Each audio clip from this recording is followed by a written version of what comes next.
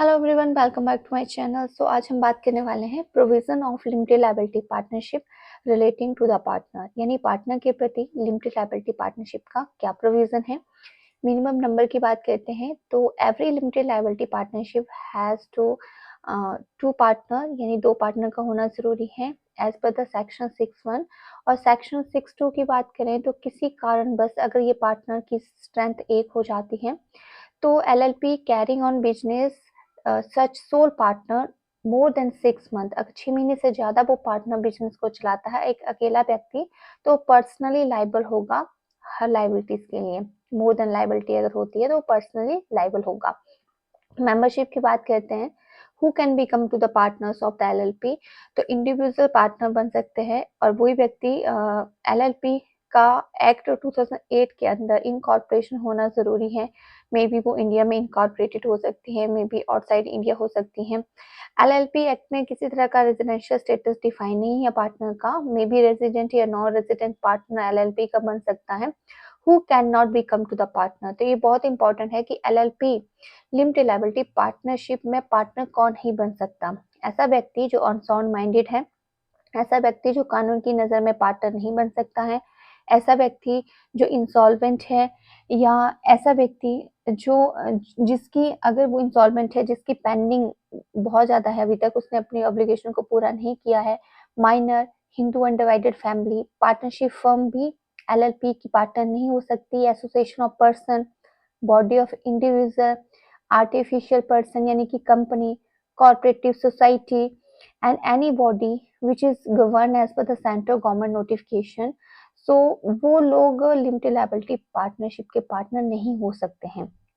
तो ये बहुत इंपॉर्टेंट है आपके लिए। कभी जो मल्टीपल चॉइस क्वेश्चंस भी इससे पूछ सकते हैं कि कौन से पर्सन या कौन कौन पार्टनर नहीं होते हैं, यहाँ पे नहीं की बात आ रही है। तो ऐसे व्यक्ति जो अनसाउंड माइंडेड है, इंसॉल्वेंट है, माइनर है, एचयूएफ पार्टनरशिप, एओपी है, बीओआई, कंपनी, कॉर्पोरेट, सोसाइटी, ये पार्टनर नहीं हो सकते। नेक्स्ट हम बात करते हैं appointment of designated partner in LLP. Section 7 में एलएलपी एक्ट 2008 में डिफाइन किया गया है, मिनिमम 2 पार्टनर होना एलएलपी में ज़रूरी है। 2 पार्टनर डेजिग्नेटेड पार्टनर होंगे, वो बाकी पार्टनर के बिहाफ पे काम कर सकते हैं डे टू डे एक्टिविटी। उन दोनों पार्टनर में से एक का भारत का रेजिडेंट का होना बहुत ज़रूरी है। मैंने पहले भी कहा आप आपको कि पार्टनर रेजिडेंट या नॉन रेजिडेंट पार्टनर में से कोई भी हो सकता है, पर एटलीस्ट एक का भारत में होना या रहना ज़रूरी है। Once appointed a partner, designated partner can be changed, remove या appointed। एक बार आप अपॉइंट करेंगे तो आप उनको चेंज भी कर सकते हैं, रिमूव भी कर सकते हैं, दोबारा से अपॉइंट भी कर सकते हैं विद इन द 30 डेज। तो अगर कोई भी पार्टनर डेजिग्नेटेड पार्टनर रिप्लेस आप करना चाहते हैं, चेंज आप करना चाहते हैं, तो विद इन 30 डेज के अंदर आप चेंज कर सकते हैं। डेजिग्नेटेड पार्टनर्स के लिए कौन-कौन से फॉर्म अपॉइंटमेंट के लिए भरने पड़ते हैं। फॉर्म नंबर 9 की बात करते हैं, तो सबसे पहले उस व्यक्ति की यहाँ पे कंसेंट ली जाती है, रिकॉर्ड किया जाता है कि they are the eligible to becoming to designated partner. तो कंसेंट का ये फॉर्म रहता है। फॉर्म नंबर 4 की बात करते हैं तो इसमें इंडिविजुअल की पूरी डिटेल यहाँ पे रहती है। फॉर्म नंबर 10, अगर आप चेंज करना चाहते हैं तो आपको फॉर्म नंबर 10 भरना पड़ेगा अगर डेजिग्नेटेड पार्टनर को चेंज करना चाहते हैं। फॉर्म नंबर 5, तो every LLP hold the responsibility the file of particular of every individual. तो इसमें जो जितने फॉर्म नंबर 5 के साथ जो है वो पार्टिकुलर व्यक्ति की रिस्पॉन्सिबिलिटी की डिटेल यहाँ पे जाती है, जो रजिस्ट्रार के पास विद इन द 30 डे आपको सबमिट करनी पड़ती है। और ये जो फॉर्म है ये विद इन 30 डे आपको सबमिट करना पड़ेगा appointment of the designated partner का। बात करते हैं मोड ऑफ अपॉइंटमेंट।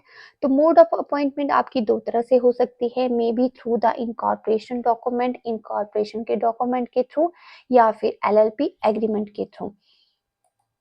अगर हम बात करें थ्रू द इनकॉर्पोरेशन डॉक्यूमेंट, सो यहाँ पे जो डेजिग्नेटेड पार्टनर है, जब भी पार्टनरशिप इनकॉर्पोरेटेड होता है, सर्टिफिकेट मिलता है इनकॉर्पोरेशन का, तो उस टाइम अपॉइंट होते हैं। Each partner from time to time limited liability partnership is to be designated partner and every such partner shall be designated partner. तो इनकॉर्पोरेशन के दौरान जो है जो भी व्यक्ति इनकॉर्पोरेटेड डॉक्यूमेंट पे साइन करता है वो डेजिग्नेटेड पार्टनर बन जाएगा। According to the provision of the LLP agreement, so any partner may become to designated partner. तो अकॉर्डिंग टू एलएलपी एग्रीमेंट कोई भी पार्टनर डेजिग्नेटेड पार्टनर बन सकता है, उसकी कंसेंट यहाँ पे ली जाती है और एलएलपी एग्रीमेंट के तहत भी डेजिग्नेटेड पार्टनर बन सकते हैं। नेक्स्ट हम यहाँ डिस्कस करेंगे procedure to add a designated partner. किस तरह से डेजिग्नेटेड पार्टनर के प्रोसीजर रहता है ऐड करने का। सबसे पहले वो डिजिटल सिग्नेचर सर्टिफिकेट के लिए अप्लाई करता है, जिसको डीएससी भी कहते हैं। तो इसके लिए उसके कुछ डॉक्यूमेंट है जो उसको लगाने पड़ते हैं, जैसे पैन कार्ड की copy, Aadhaar card, photo, email ID, phone number, applicant का फ़ोन डिटेल आईडी, ये सारी चीज़ें उसे भरनी पड़ती है जब वो डीएससी के लिए अप्लाई करते हैं, यानी डिजिटल सिग्नेचर सर्टिफिकेट के लिए वो अप्लाई करेगा।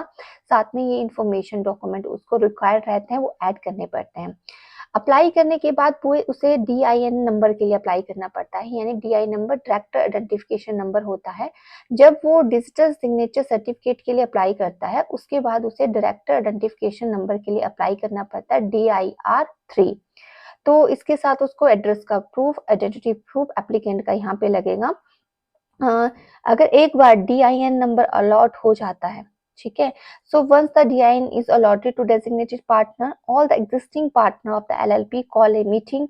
तो जब एक डीआईएन नंबर इशू हो जाता है तो एलएलपी एक मीटिंग बुलाई जाती है और जिसमें डेजिग्नेटेड पार्टनर को मतलब उसके प्रति रेजोल्यूशन पास किया जाता है। Supplementary partnership deed will be draft, यानी कि एक पार्टनरशिप डीड के साथ सप्लीमेंट्री पार्टनरशिप डीड यहाँ ड्राफ्ट होती है, जिसमें न्यू पार्टनर के नेम यहाँ पे ऐड होते हैं और इनकमिंग पार्टनर्स जो भी डेजिग्नेटेड पार्टनर हैं, द कंसेंट इनकमिंग पार्टनर की यहाँ पे जरूरी होती है उसके through.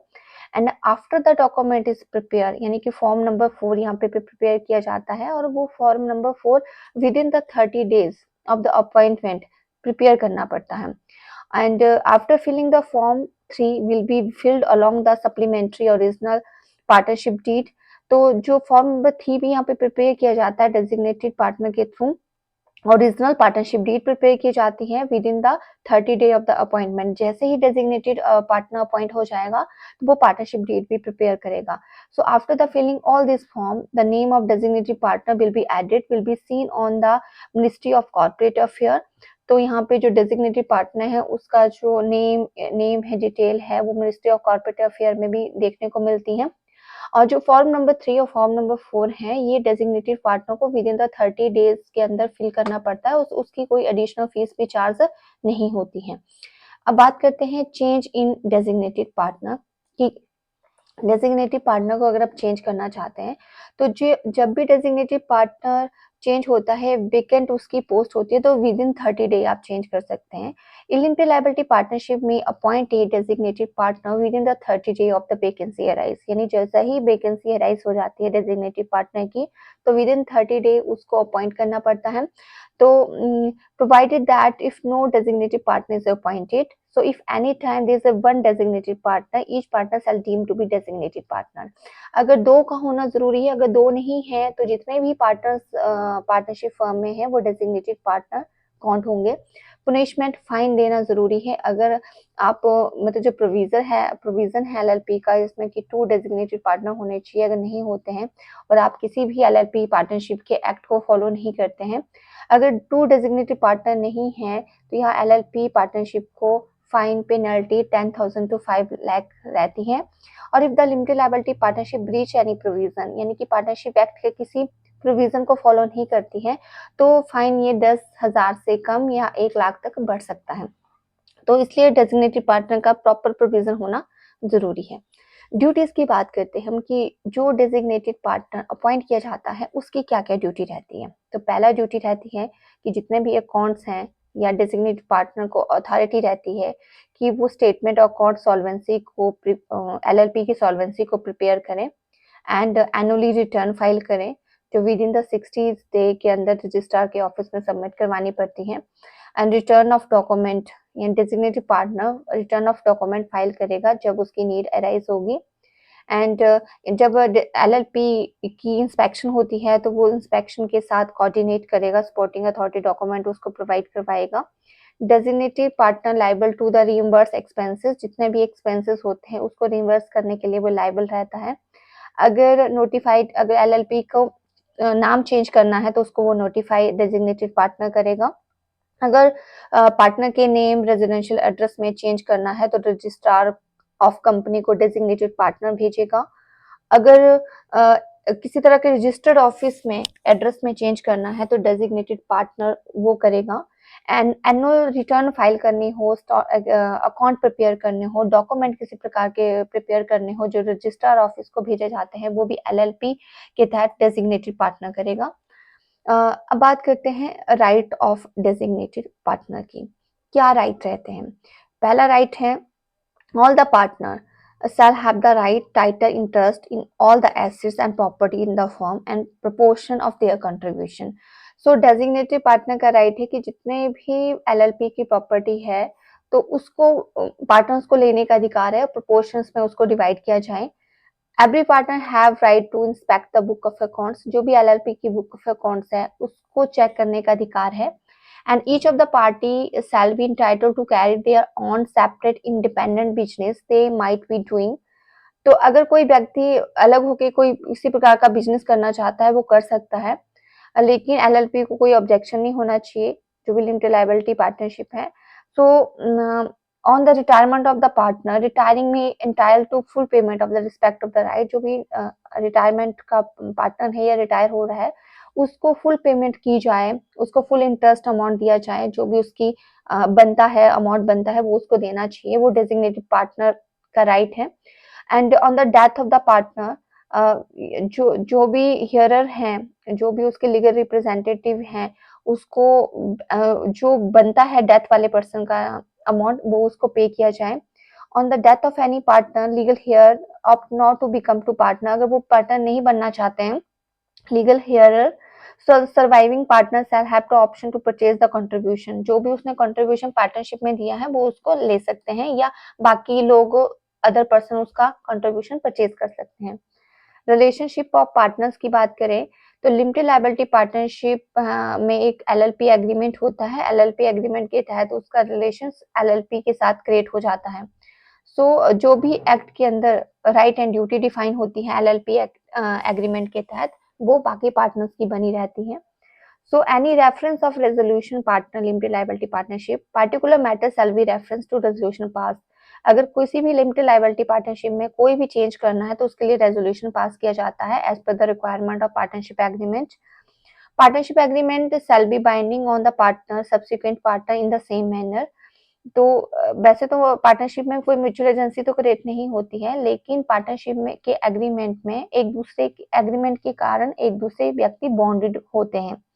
And subject to any provision of partnership agreement, अगर कोई अमेंडमेंट होगी वो रिटन अमेंडमेंट होगी, वर्बली अमेंडमेंट को एक्सेप्ट नहीं किया जाता है। Partnership agreement does not make provision to the if amendment, then amendment कोई वैलिड नहीं होगी। अगर पार्टनरशिप प्रोविजन में एग्रीमेंट में या जो डीड है उसमें प्रोविजन है अमेंडमेंट का तभी वो अमेंडमेंट वैलिड होगी। Any amendment made to partnership agreement under the section shall be binding to every existing subsequent partner. अगर किसी तरह की पार्टनरशिप एग्रीमेंट में अमेंडमेंट होती है तो उस अमेंडमेंट में बाकी पार्टनर्स भी सारे बाइंड हो जाते हैं। एंड जब भी पार्टनरशिप एग्रीमेंट होती है तो काउंटर राइट किसी व्यक्ति को मिल जाता है या पर्सन जो है not a party of partnership agreement उसको भी राइट वहां पे अधिकार मिल जाता है जब किसी प्रकार की अमेंडमेंट होती है या कोई चीज चेंज होती है। Partnership agreement shall provide to circumstances interest of the partner and the transferable. Partnership की बात करें एलएलपी की तो यहाँ पे कोई भी व्यक्ति अपने इंटरेस्ट को अपने हित को दूसरे को इजीली ट्रांसफर कर सकता है।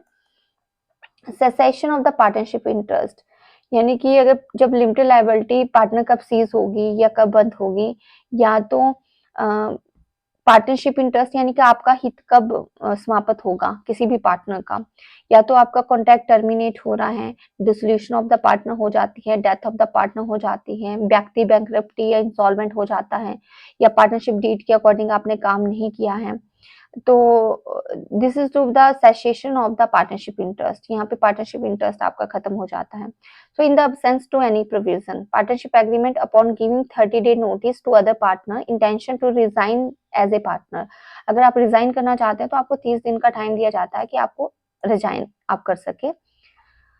बात करते हैं यहाँ पे liability of the limited liability partnership and the partner, क्या लाइबिलिटी रहती है। सो सेक्शन नंबर 27 के तहत extent of liability of LLP, आप अपनी लाइबिलिटी एलएलपी की लाइबिलिटी कब एक्सटेंड होती है।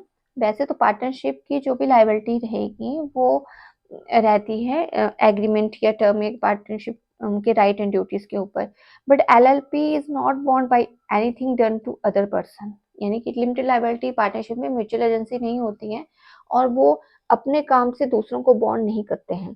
The partner in fact no authority to act of the LLP in doing to particular act, अगर आप कोई ऐसा चीज कर रहे हैं जो एलएलपी में ऑथराइज नहीं है तो उसके लिए एलएलपी लाइबल नहीं होगी। The person know that he has no authority and does not know believed to be the partner in LLP, जब किसी व्यक्ति को पता है कि उसकी अथॉरिटी नहीं है काम करने की उस दायरे के अंदर, अगर कोई ऐसा काम करता है उसके लिए भी एलएलपी लाइबल नहीं होगी, उसके लिए वो व्यक्ति ही उसकी लाइबिलिटी एक्सटेंड होगी। LLP is liable if the partner LLP liable with in the limit, अगर कोई भी व्यक्ति पार्टनर रॉन्गफुली एक्ट कर रहा है, चीटिंग कर रहा है, तो वहां पे एलएलपी की अथॉरिटी अराइज नहीं होगी। एंड ऑब्लिगेशन की बात करें तो an obligation of LLP whether arising the contract shall be solely obligated to LLP partnership, जब कोई एलएल पार्टनरशिप का जो ऑब्लिगेशन है वो एक एलएलपी पार्टनरशिप का खुद का बना रहता है, क्योंकि लाइबिलिटी यहाँ पे लिमिटेड रहती है, लिमिटेड लाइबिलिटी पार्टनरशिप होती है, पार्टनर की लाइबिलिटी लिमिटेड ही बनी रहेगी। बाकी जो लो चीटिंग करने वाला व्यक्ति है उसकी लाइबिलिटी ऑटोमेटिकली अनलिमिटेड हो जाती है। Extend of liability of partner under section 28, कब लाइबिलिटी एक्सटेंड होती है। Partner as a agent, every partner of the LLP of the purpose of business of the limited liability partnership is not bond to the other partner, तो हमने पहले ही कहा कि इसमें mutual agency नहीं होती है क्रिएट, हम दूसरे लोगों को बॉन्ड नहीं कर सकते।